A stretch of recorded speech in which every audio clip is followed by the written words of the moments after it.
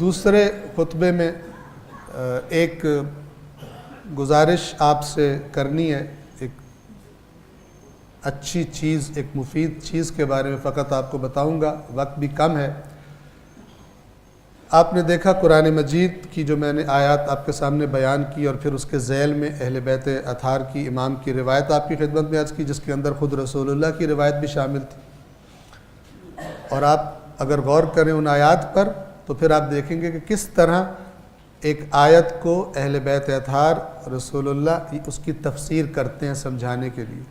یہ جو فرمایا تمہیں اپنا اچھی طرح پتہ ہے، اس کے نیچے فرمایا کہ یہ جو تمہارے اندر ہے، جس کا تم سمجھتے ہو تمہیں پتہ ہے اور دوسروں کو نہیں پتہ، خدا بتا دے گا، یہاں بھی بتائے گا، اور قیامت کے دن تو پھر برملا ہونا ہی ہے۔ یوم تبلی السرائر، جس دن راز کھولے جائیں گے، جس دن راز بتائے جائیں گے کہ کس کس نے کس طرح دھوکے دیے تھے دنیا میں، تو اس اللہ کے حساب سے اور اس کے ریکارڈ سے جو اس نے محفوظ رکھا ہوا ہے، کوئی بچ نہیں سکتا۔ اقوال کا ریکارڈ، اعمال کا ریکارڈ، افکار کا ریکارڈ اس کے پاس ہے۔ ہم سوچ کے بھول گئے ہوں گے، وہ بھی یاد کرائے گا تم نے یہ سوچا تھا اور بھول گئے تھے، ہم نہیں بھولے، اور ہمارے پاس یہ بھی محفوظ ہے۔ توجہ فرمائیں، ان باتوں کو، ان حقائق کو جاننے کا سب سے بہترین راستہ، یہ بڑی مؤدبانہ درخواست ہے اور مشورہ ہے اور نصیحت ہے میرے لیے بھی آپ کے لیے، کہ خدا را اگر عادت نہیں ہے آپ کو اللہ کی کتاب پڑھنے کی تو خدا کی کتاب پڑھیے، نہیں پڑھ سکتے سنیے۔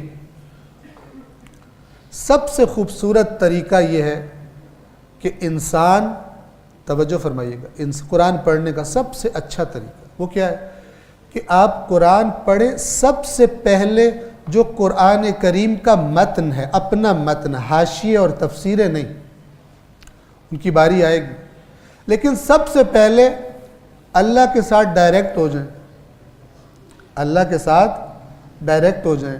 تفسیر لکھنے والے سے زیادہ طاقتور ہے اللہ، حاشیے لکھنے والے سے زیادہ طاقتور ہے اللہ، اس پر اعتماد کیجیے، کیونکہ اس چیز کے اندر اتنی کھچڑیاں پکائی گئی ہیں کہ اس کا پریکٹیکل نتیجہ یہ نکلا ہے کہ ہم اور آپ قرآن نہیں پڑھتے، اور قرآن ایک ثواب حاصل کرنے کے اوزار کے طور پر رہ گیا ہے۔ قرآن مجید ہدایت لینے والی کتاب ہمارے اندر شمار نہیں کی جاتی، اگرچہ پوچھا جائے تو یہی کہتے ہیں ہدایت کی کتاب ہے، لیکن اگر عمل دیکھا جائے تو سوال ہی پیدا نہیں ہوتا، ہماری ہدایت کی کتاب قرآن، اور قیامت کے دن ہمارا عمل بتائے گا کہ ہم کیا تھے، قرآن کے ساتھ ہمارا رابطہ کیا تھا۔ تو پڑھیے، پڑھ نہیں سکتے تو سنیے۔ 3 کتابیں ہیں جن میں سب سے پہلی قرآن کریم، دوسری نہج البلاغہ، تیسری صحیفہ کاملہ۔ یہ 3 کتابیں کم از کم ہر شیعہ کو پڑھنی چاہیے، ہر شیعہ کو، اپنی اولاد کو پڑھانی چاہیے۔ کاش کہ پہلے ان کو پڑھ لیتے، اس کے بعد پھر پہلے اللہ سے بات کرتے، پھر جب خدا کے نمائندے کی بات سنتے تو پتہ چلتا یہ اسی کا نمائندہ ہے جو ایسی باتیں کرتا ہے، چونکہ اس کی باتیں پہلے سن چکے ہیں نا، بغیر ملاوٹ کے قرآن کی باتیں سن چکے، پڑھ چکے، اب جب مولا کی باتیں سنیں گے تو گواہی دیں گے یہ وہی بات ہے جو رسول اللہ نے فرمائی تھی کہ قرآن علی کے ساتھ ہے اور علی قرآن کے ساتھ ہے۔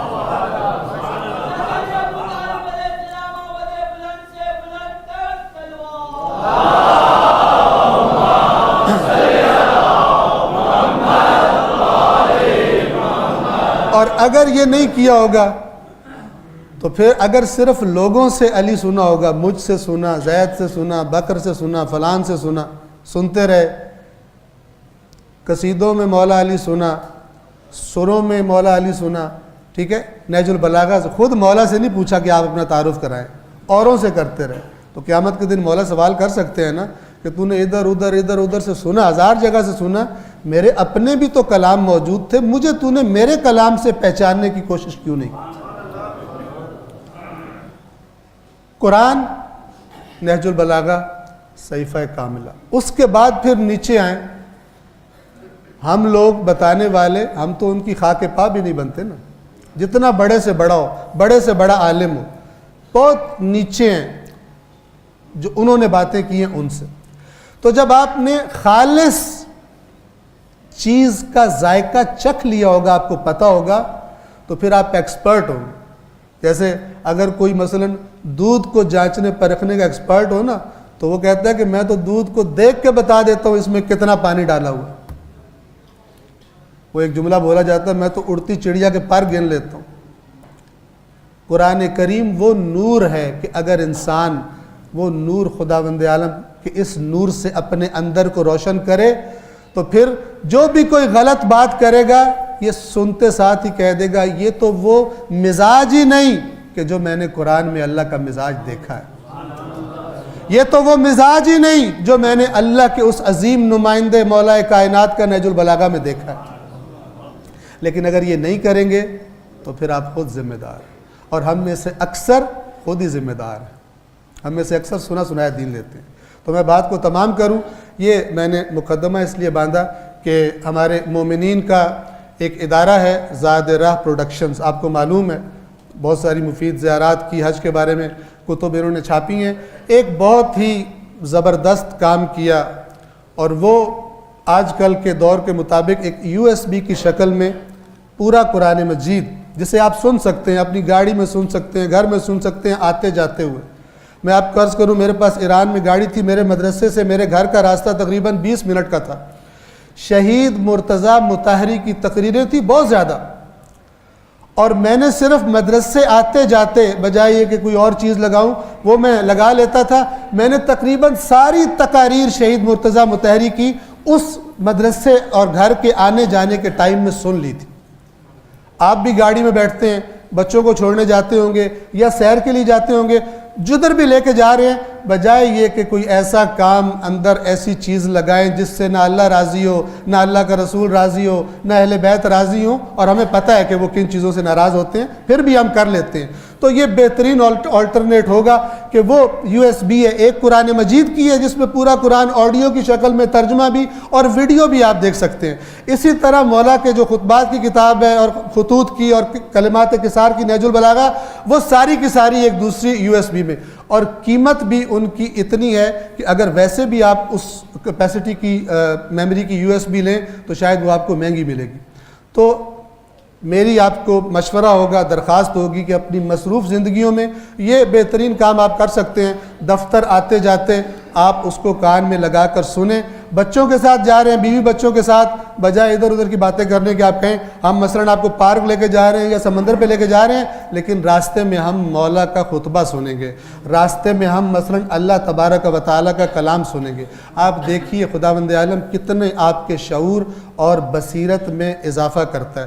تو مجھے پتہ چلا تھا، میں نے گزشتہ جمعے یثرب امام بارگاہ وہاں پہ جو خطبہ تھا وہاں بھی یہ عرض کیا تھا، اور یہاں بھی میں نے نسبتاً تفصیل کے ساتھ آپ کی خدمت میں عرض کر دیا. حتماً لیں، ہدیہ دے سکتے ہیں، ہدیہ دیں. جن کے پاس اللہ تعالیٰ کا دیا ہوا مال ہے خرید لیں، کئی خرید لیں. اور یہ بتا دوں کہ میری کوئی کمیشن نہیں ہے، میں فری میں بتا رہا ہوں، صرف کیونکہ کام جو ہے وہ انتہائی زبردست ہے.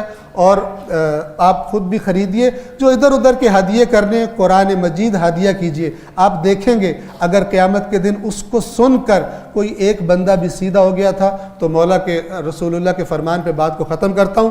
اللہ کے نبی نے مولا کائنات سے فرمایا تھا، یمن بھیجتے ہوئے ہدایات دی، اور آخر میں فرمایا کہ اے علی، اگر آپ کی وجہ سے، یعنی آپ کی بات سے، آپ کے کام سے اللہ کسی ایک انسان کو ہدایت دے دے تو اس کا اجر اللہ کے پاس ان تمام چیزوں سے زیادہ ہے جن پر سورج کی روشنی پڑتی ہے. تو تھوڑی سی انویسٹمنٹ سے بعض اوقات بہت سارے فائدے ہو سکتے ہیں. تو انشاءاللہ آپ کوشش کریں گے تو یہ اس چیز کے پھیلنے کا سبب بن جائے گا. خداوند عالم انشاءاللہ ہمیں قرآن کریم، نہج البلاغہ، صحیفہ کاملہ پڑھنے کی، اپنے بچوں کو پڑھانے کی، ان سے مانوس کرنے کی توفیق عطا فرمائے.